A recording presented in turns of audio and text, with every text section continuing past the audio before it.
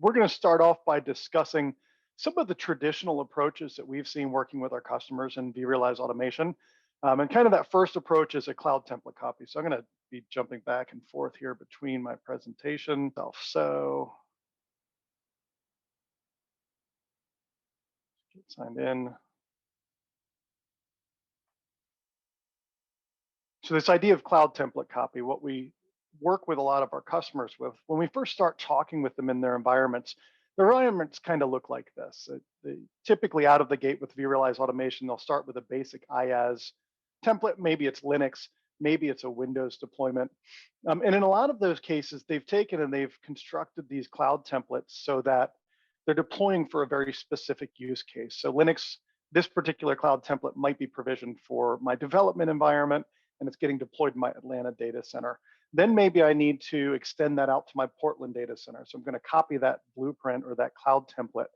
And as I have new use cases arise, I can go and create new copies of that template, edit the custom properties or the configurations to change to reflect what I need the outcome of this cloud template to be.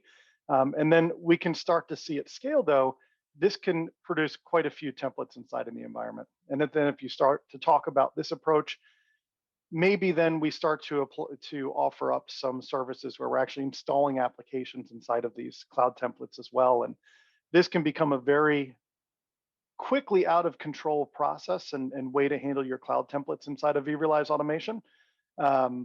It can lead to some configuration drift and sprawl, blueprint sprawl inside of your environments. So that's one of the first approaches, usually out of the gate when organizations first start working with vRealize automation. This is what we see.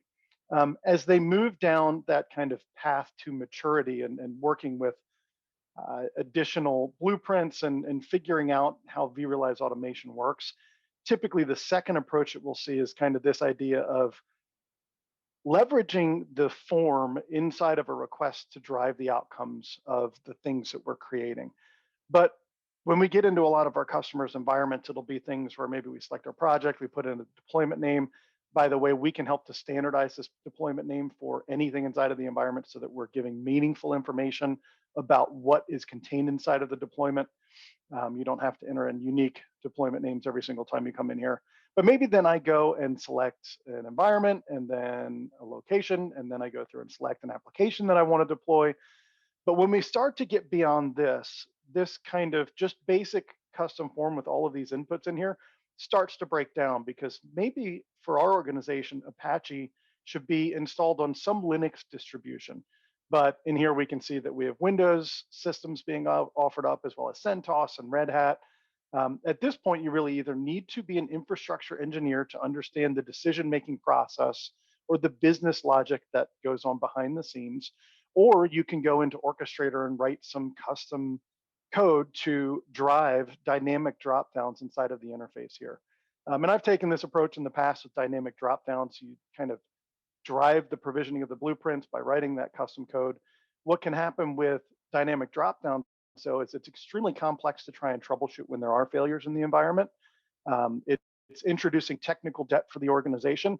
And when you start to get beyond one or two different dynamic inputs that are looking at all of these different input fields, the custom form experience can start to become slow and unserviceable for your environment.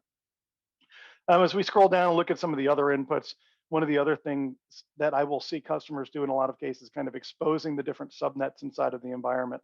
And again, this is something you need to be an infrastructure engineer to understand what each VLAN and each subnet may be used for inside of vCenter. And what a lot of our customers typically look to us for is to help drive via policy to the appropriate endpoints. So that's kind of the second approach that we typically see. The third approach would be this idea of doing dynamic blueprints. So there are some capabilities that are baked into vRA 8 that allow your blueprints to be a bit more dynamic without having to take a custom coded approach. I'm not sure if you've seen or leveraged cloud template expression syntax yet, but we're going to take a look at a blueprint that's quite a bit more dynamic than the previous two examples, and maybe taking a combination of cloud template expression syntax, maybe mixed with some custom code, some event broker subscriptions on the back end, and kind of just talk through that scenario. But this dynamic blueprint, again, without one fuse, we can drive these a little more dynamically than we've been able to in past versions of vRealize automation. You can see I've now simplified my input, so I'm presenting more meaningful inputs to the user. They can go through and select things that are meaningful to the end user, and then we can leverage that cloud template expression syntax to drive things a little more dynamically on the back end. And what that looks like under the covers, we can come over to my blueprint here inside of my catalog. We have this dynamic blueprint without one fuse. What we can see in here is this YAML syntax in here, leveraging that cloud expression syntax is quite a bit more complex than just a standard base template. So if you're doing that like cloud template copy example, this adds a bit more complexity into the blueprint itself. We can see that maybe we're going to make a decision. So we present with my property groups here. I'm asking the user to select an application.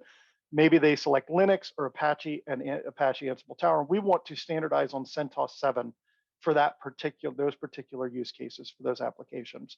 Then we go down the line and look at additional logic that drives it to the appropriate image for Windows and or any other operating systems that we have inside of the environment. Maybe we also need to standardize a customization specification. Some of these other things, we're going to drive the name to reflect the application or drive to the appropriate IPAM network. You can do a lot of these things, but the problem here is that this is very difficult. The syntax is somewhat touchy when you start to build with cloud template expression syntax. And you can see here, it's a fairly complex blueprint, and we're not really doing too much here inside of this particular blueprint.